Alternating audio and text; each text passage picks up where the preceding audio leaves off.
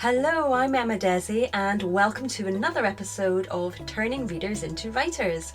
If you're brand new here, welcome, and here's what you need to know. This is a community that believes you are never too old to write your first novel. No matter what you've been up to until now, if you're ready to write your book, I'm ready to help you reach the end.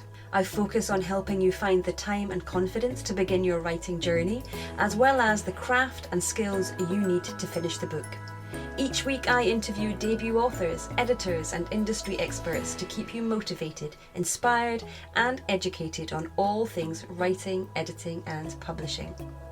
If you want to catch up, head on over to emmadesi.com where you'll find a wealth of information and tools to help you get started. Before we dive in, this week's episode is brought to you by my free cheat sheet, 30 Top Tips to Find Time to Write. In this guide, I give you 30 ways that you can find time to write in the small gaps that appear between the various errands and tasks and responsibilities that you have in your day-to-day life. Now, you might be thinking that you don't have any time to spare, but I can guarantee these top tips will give you writing time you didn't think you had. If you thought writing always involved a pen and paper or a keyboard, think again. If you thought you needed at least an hour at a time to write your manuscript, I help you reframe that. You won't be disappointed. Get your free copy of 30 Top Tips to Find Time to Write by going to emmadesi.com/30 Top Tips. Okay, let's dive in to today's episode. Hi everyone, and welcome back to Turning Readers into Writers, and continuing with our Author Accelerator series. Today's interview is with Traci Skuce. Traci graduated from the Pacific University Low Residency MFA program in 2015. Her short stories and non-fiction have appeared in several publications across North America, including the New Ohio Review, Grain, December, the New Quarterly and Prairie Fire. She has been nominated for 4 Pushcart Prizes and 2 Journey Prizes. Because the Fall is in 2 weeks, was longlisted for the 2019 CBC Short Fiction, and she was runner-up for Prism International's 2019 Grouse Grind Very Short Forms Contest. For the past 20 years, Traci has lived in Cumberland, British Columbia, Canada, 2 sons. Her collection of short stories, Hunger Moon, has been released by No West Press. So enjoy today's conversation with Traci. It was really interesting for me to re-listen to this and reflect on how much I've progressed as a writer and just how much my conversation with Traci helped me understand the power of point of view, why it's important to think about the point of view you're using. And also towards the end of our chat, we discuss narrative distance, which you may tell from the tone of my voice, I was a little bit confused by at the beginning, but thanks to Traci, I have a much clearer concept of it and understand how to use it now. So I hope she's able to do the same for you. All right, let's dive into today's conversation. So welcome, Traci. So nice to have you here. I'm so glad to be back with you, Emma.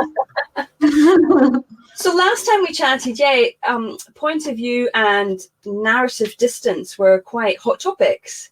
So I thought it might be useful to just kind of start with what points of view there are and just a little bit about the basics of them. So maybe we could start with first point of view, do you think? Or would you like to start with another?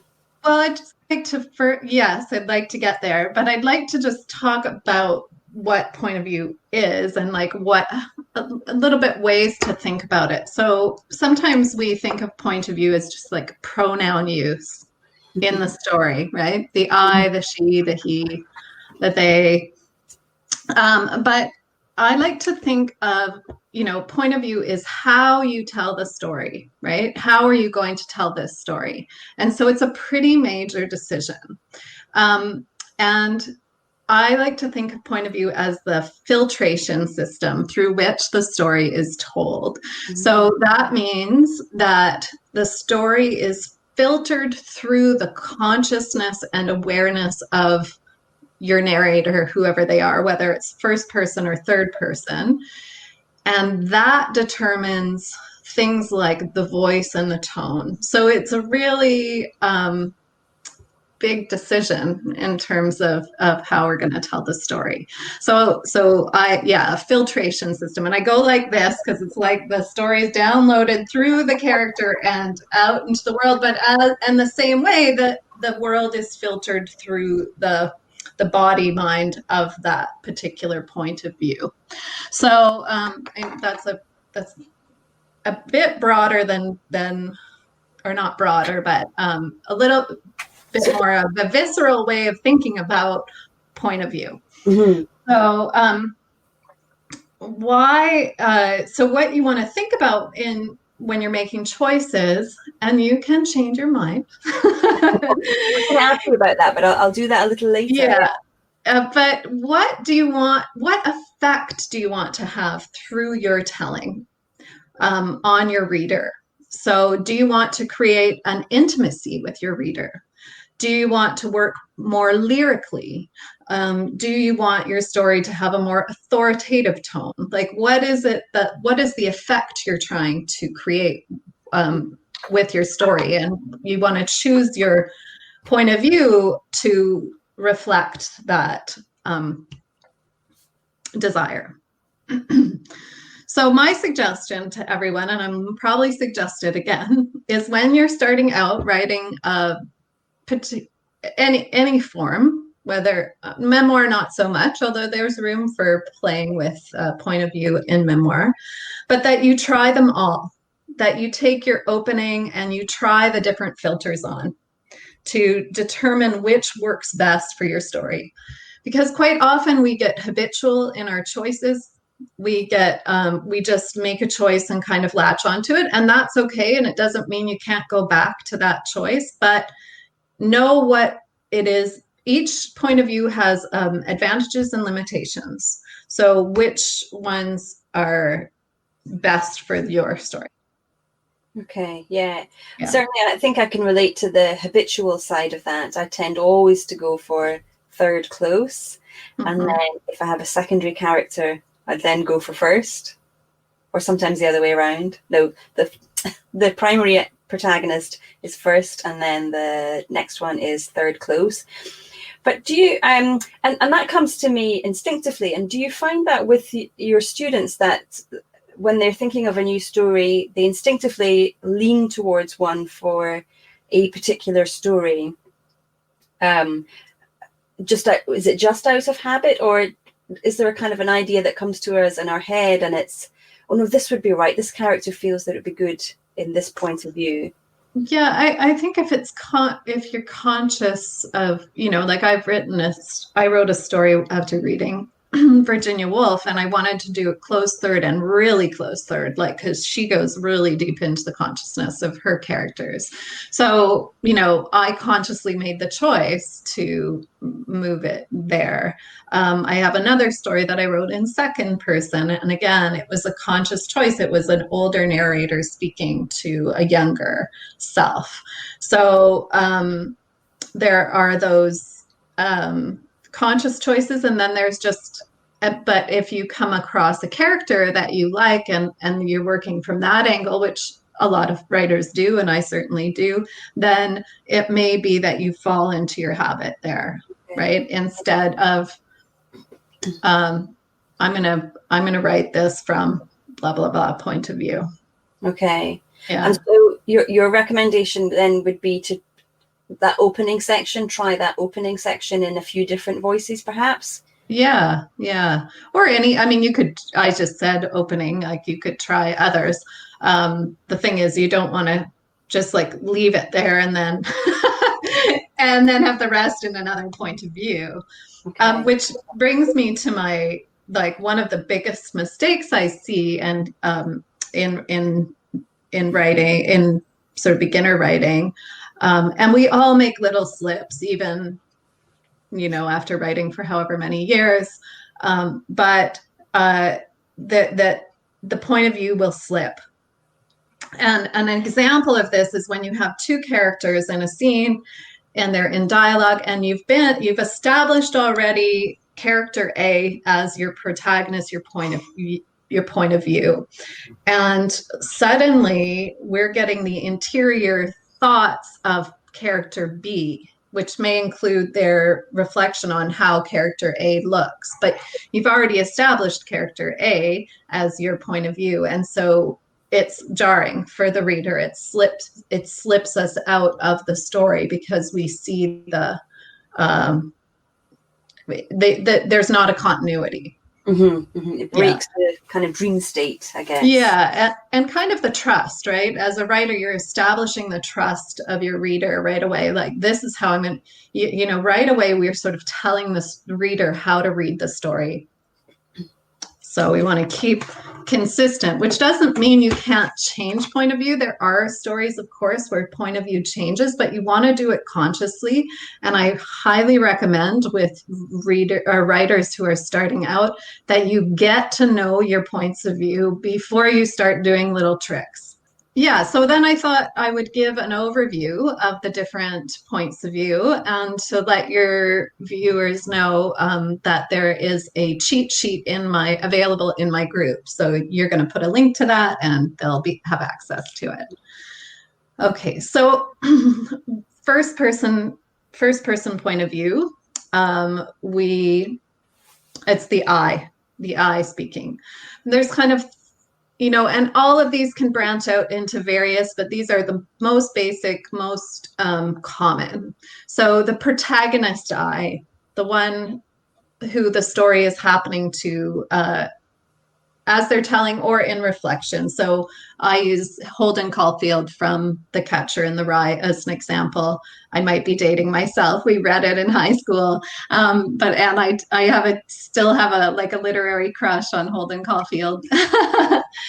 But this is the protagonist first person, and I think I haven't read it. I listened to it a little bit, but what are they? The Hunger Games are written in this way, although in present tense. So one thing, no, wait, I'll wait and tell you first. So we have the protagonist I, the I that the story is happening to. Then we have the witness. So that is someone like Nick Carraway in The Great Gatsby, who isn't the central character. Gatsby is, but Gatsby can't tell his story. So Nick Carraway is the teller. And we learn about Nick through his observations of Gatsby. And then there's the reteller. And that's someone who's telling somebody else's story. The example I came up with, and you can definitely find this story online. It's called Friend of My Youth by Alice Munro. And it's the story of, the narrator is the daughter of the teacher. Well, she tells a story of the family that her mother went to stay with as a young teacher before she was married. Okay, so it's third hand, the story. Yeah, and then it's interesting what she's such a master and what she does at the end with all that, but she's not telling her story. She's telling a story that her, kind of her mother's story and the story of these people that her mother lived with. So that's the reteller. So the things to consider with first person point of view, and I'll tell you a story of a story I wrote, a story about a story, but is to consider how is the narrator telling the story. So, and kind of why. Because first person, are they just thinking and reflecting? Is that how they are telling the story? Is it that they're speaking aloud to somebody who is listening? Are they writing it in a journal? There's lots of other ways, but to consider why it is they're telling this story. I wrote a story in first person that and I couldn't figure out, that was sort of, once I figured out why she was telling the story, it flowed more easily, but, or like how she was telling it.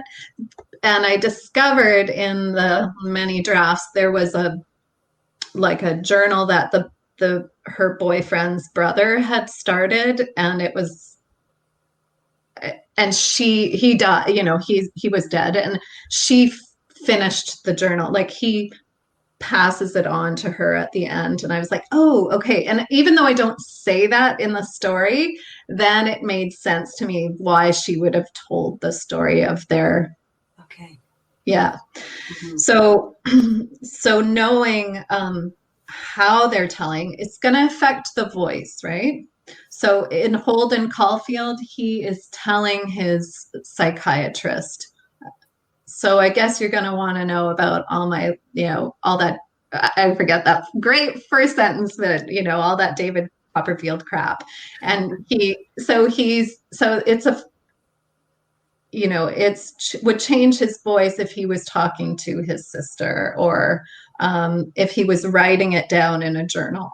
So to think about those things when you're thinking about point of view, or first person. Mm-hmm. Okay. So the advantages of first person are that voice. You can really, things that are really what one of my teachers called voicey. It sounds really voicey. And then also intimacy, right? It creates an intimacy with the reader. It's like, this happened to me. It might happen to you. Come on in and listen. Mm-hmm.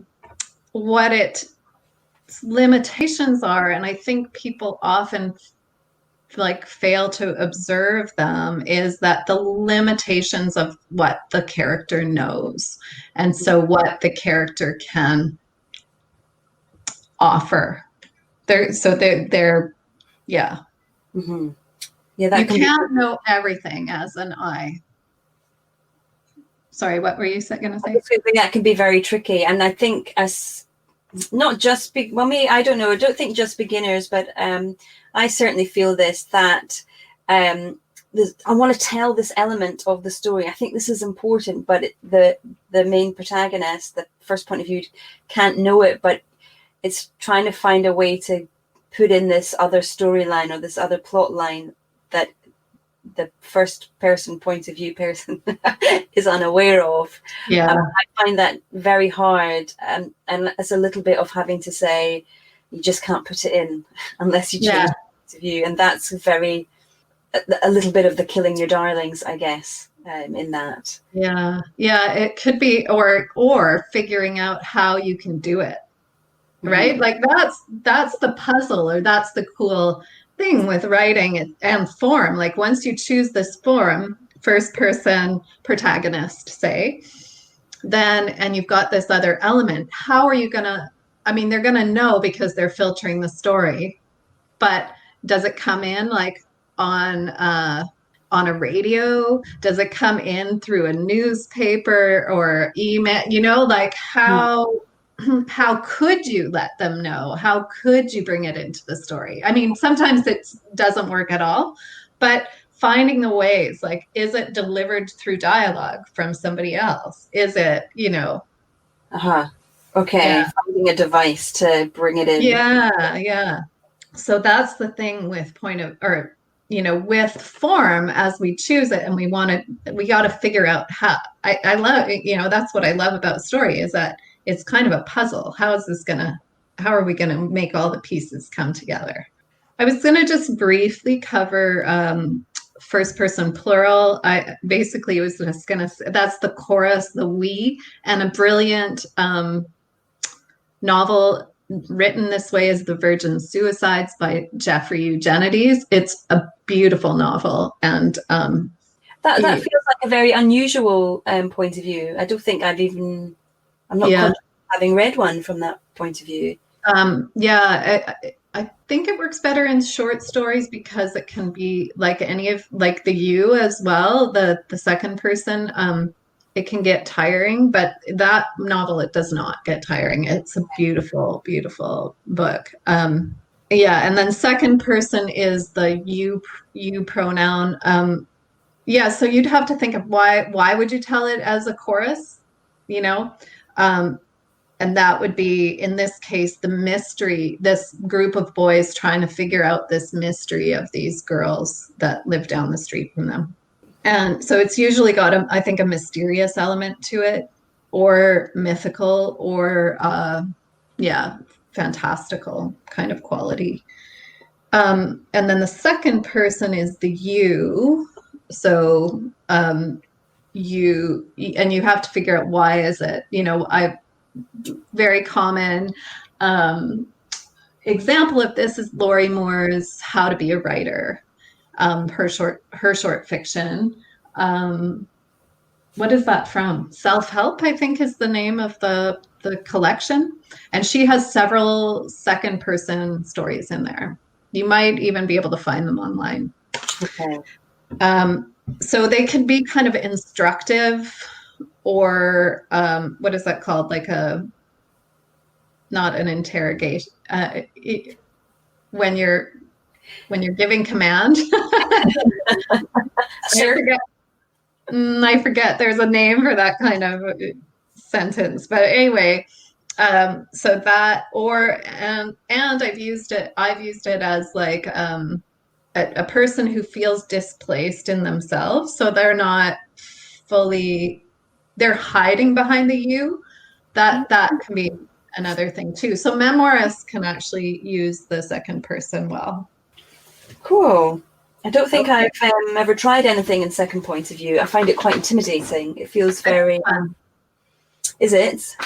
Well, I recommend just playing with all of these, and you don't have to like, I wouldn't commit to a whole novel of second person, but like there's a novel called Monkey Beach by Eden Robinson, who's a Canadian Indigenous writer, and she has parts of her novel are written in second person, and she does it really well. So, playing, I think just knowing the whole palette is worthwhile.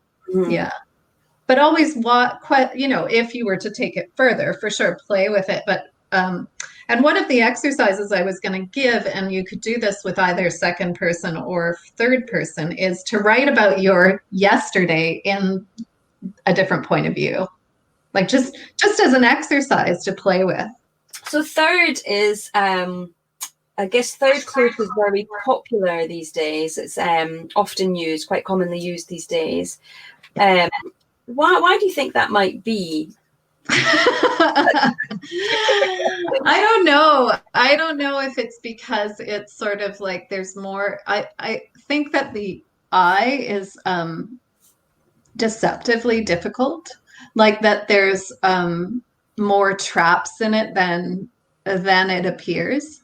Okay. In terms, and perhaps with the close third, it's more straightforward.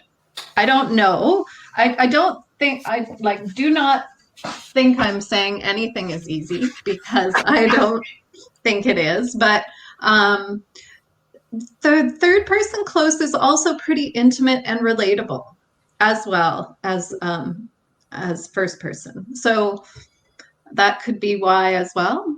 I don't know. Yeah. Or maybe we're all in a habit, right? Yeah. No, it could be. I certainly was advised to use that because of the type of story I tell, because it does allow that intimacy between the reader and the character, but you still have a slightly broader viewpoint that you can bring other things in should you want to. It's less limiting, I guess. So the third person. So let's address the two that are less well known, because they are out there as well. And that's first is the omniscient, or it's not less well known.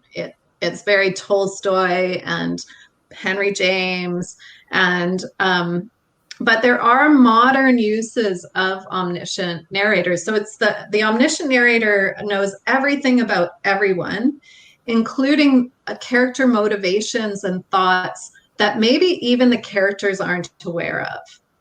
That's the difference, right? That the narrator knows a little bit more about narration motivation than the character himself or herself or themselves.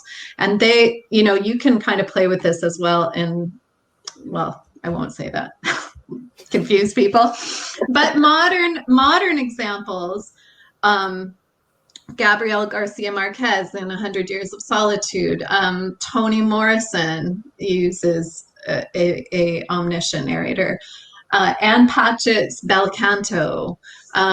Celeste Ng's Little Fires Everywhere. So those are, there are authors that still use it, and yet it doesn't have that like Victorian stuffiness that we might associate with that narrator.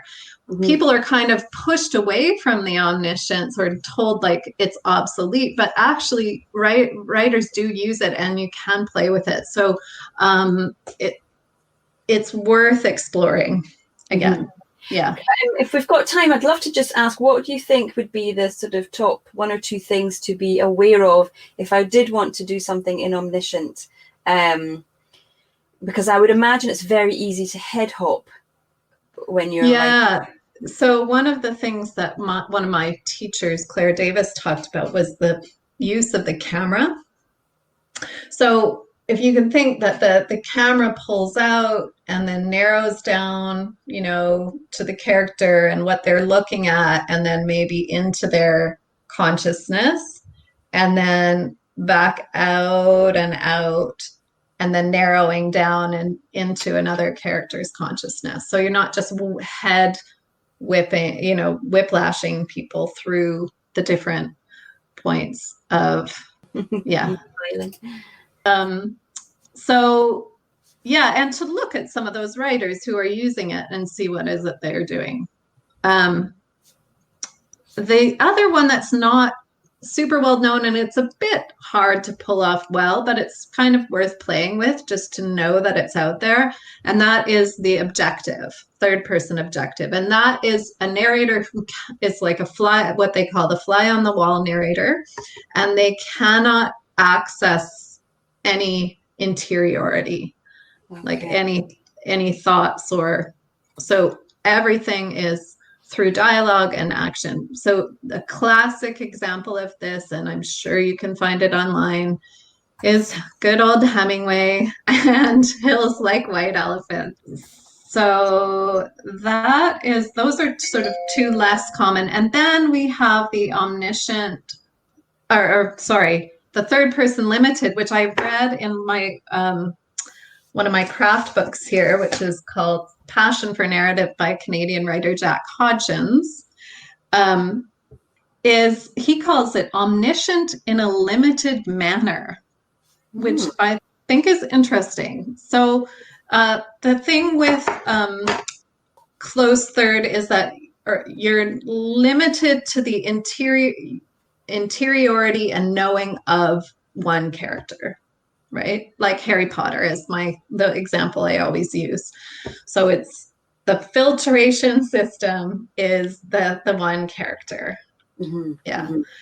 But can have access to like a little bit of a wider view in terms of setting. Like the thing with first person versus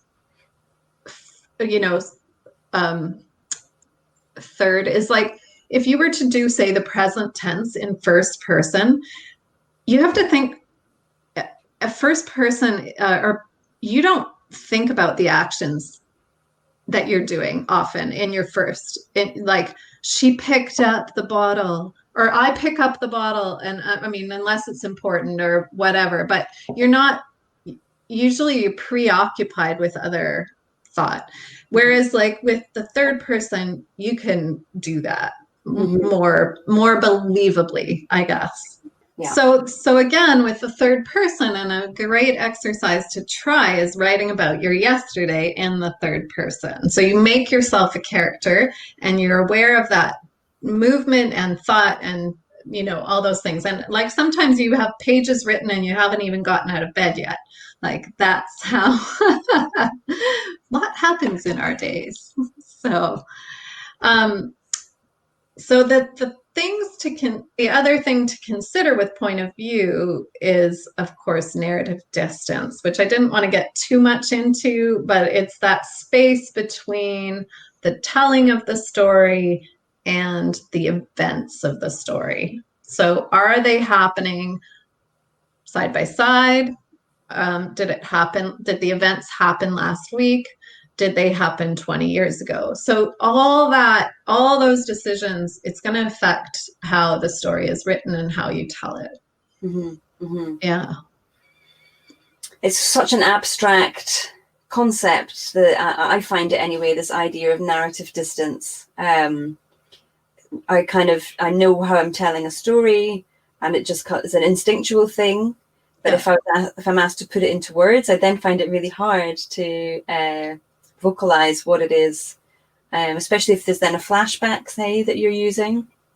So what kind of difference can that make to a story? You know, if you're telling a story that is taking place not in present tense right at this very moment, but say in the not distant future. Past, not distant past. Distant past, yes. So how do you feel that kind of the impact that has if you're telling, does it impact the language that you use if you're telling a story that then you're telling about something that happened 5 years ago as opposed to last week? Well, if we look at first person as an example, and I use again Holden Caulfield, so he is telling the events that happened last Christmas. So he's still young. He still has a particular attitude and vernacular that is likely to change if he told it 5 years down, and for sure 20 years ago, you know? And so, and plus the injury would, the stuff that happened to him would be fresher, and he might be more defensive or whatever the emotion is that goes with that. Okay, so it's almost that the response of the character to the events will change with time rather than the language that they're using, but it's how they respond to that. And yeah, like think about your own life, right? Something that happened 20 years ago, even heartbreak, say, that maybe it was so huge when you were 19 and you've had 3 kids and you have been married for 14 years or whatever, and you don't feel much of anything at all for that person, right? Or you have it's more like, oh, it might be more a point of interest, like, oh, that's really when I made these decisions because of that. Like, you're not, do you know what I mean? Like that you are more reflective than reactive. Now, one thing I did want to ask you about is, what are you working on right now? What's I've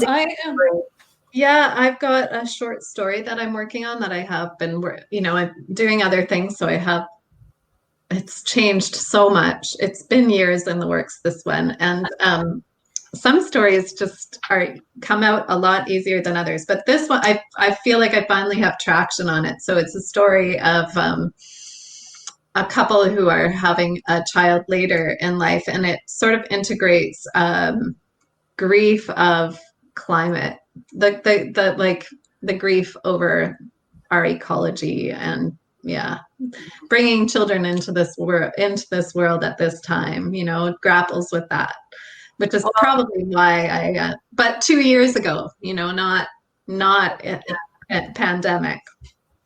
Well, I'll look forward to reading that. That's something my husband and I have been kind of debating recently. You've been debating like whether to have another child or to no, those days are done. But we do have 3, and it's wow, that's a lot of people to bring into the world. And I don't know, we can debate it now that we've done it, but it's was it the right thing to do when you consider which way the planet's going, and what are we leaving for them? What's their legacy going to be? I'll be all right. I'll be gone. Yeah, I know. It's hard. I think about, my kids are grown, but I think about their children. Yeah. Which they haven't, or even the decision to have children is impacted by their experiences, kind of climate change kids, really. Mm-hmm. Yeah. Yeah. Yes. I was going to say something and now I've forgotten what, but yes, but there's sometimes you can't get away from that biological. So there's that too. Never wanted children, and then the clock started ticking, and I've got a big surprise. Yeah. Yeah, of course. And you don't wish away any. Yeah, it's interesting as a writer. It's so fraught with tension, right? That's why it's interesting to me. There's the longing and are we, is it all doom and gloom? Is it, or is there space for creativity and renewal? There's that too. Let's hope so. Yeah. Yeah, because that's the kind of, I don't know. I read somewhere about the patriarchal doom and gloom narrative, and that the feminine invites a little bit more creativity, and so with creativity is solution, right? Yeah.